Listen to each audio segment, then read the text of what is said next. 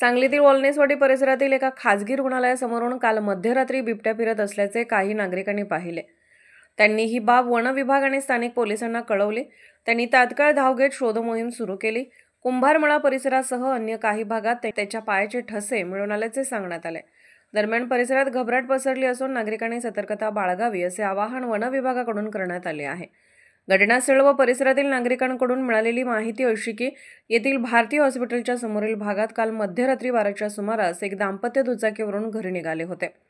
त्यावेळी त्यांना बिबट्या दिसला। त्यांनी गाडीचा वेग कमी केला असता दक्षिण बाजूला झाडाझुडपात तो पळून गेल्याचे त्यांनी पाहिले। त्यानंतर वॉलनेसवाडीतील एका बंद इमारतीच्या परिसरातही त्याला काहींनी पाहिले होते। त्यानंतर वन विभागाला कळवण्यात आले। पथकाने परिसरात शोध मोहीम सुरू केली, मात्र रात्री उशिरापर्यंत तो सापडला नाही। दरम्यान आज सकाळी आणि सायंकाळीही वन विभागाच्या पथकाने शोध मोहीम राबवली। त्यानंतर कुंभारमळा परिसरातील शेतात त्यांच्या पायाचे ठसे मिळून आले होते। तसेच वालचंद अभियांत्रिकी महाविद्यालयाच्या पूर्व भागातील जंगलात गेला असण्याची शक्यता वर्तवण्यात आली होती। त्यामुळे त्यांनाही सतर्कतेचा इशारा देण्यात आल्याचे महाविद्यालय प्रशासनाने सांगितले। आजही तो मिळून आला नाही। परिसरात बिबट्याच्या वावराची बातमी वाऱ्यासारखी पसरली, त्यामुळे घबराटीचे वातावरण होते। नागरिकांनी खबरदारी बाळगावी। बिबट्या दिसून आल्यास तात्काळ वन विभागाशी संपर्क करावा असे आवाहन वन विभागाने केले आहे। मी सर्जेराव सोनवडेकर, वनपरिक्षेत्र अधिकारी सांगली। सध्या सांगलीमध्ये बिबट्याचा वावर असल्याच्या बातम्या येत आहेत। दिनांक 14/11/2025 रोजी बिबट्याच्या पाऊल खुणा वन विभागाला आढळून आल्या आणि त्यानंतर वन विभागाने त्या ठिकाणी जलद कृती दल आणि वन कर्मचारी यांच्या माध्यमातून सदर ठिकाणी कर्मचारी तैनात करून त्या परिसरामध्ये गस्त करत बिबट्याच्या हालचालींचा मागोवा घेण्याचा प्रयत्न केला।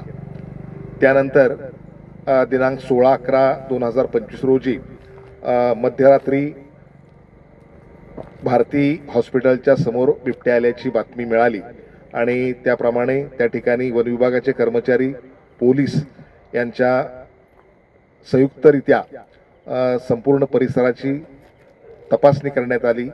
त्याचबरोबर सर्व ठिकाणी गस्त करण्यात आली, परंतु प्रत्यक्षदर्शी बिबट्या आढळून आला नाही। वन विभागाचे कर्मचारी, जलद कृती दल आणि पोलीस हे सर्व या बिबट्याच्या वावराबद्दल सर्व परिस्थितीवर लक्ष ठेवून आहेत आणि या सर्व परिसरामध्ये गस्त सुरू आहे। सध्या एआयच्या माध्यमातून काही लोक चुकीच्या अफवा पसरवत आहेत, काही चुकीचे फोटो व्हायरल करत आहेत। त्यामुळं नागरिकांच्या मध्ये भीतीचं वातावरण तयार झालेलं आहे। तरी आमचं वन विभागामार्फत सर्व नागरिकांना आव्हान आहे की अशा खोट्या अफवावर विश्वास ठेवू नका।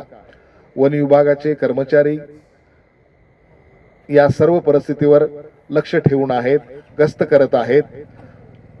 त्यामुळे कुणीही चुकीच्या गोष्टीवर विश्वास ठेवू नये आणि वन विभागाला सहकार्य करावे।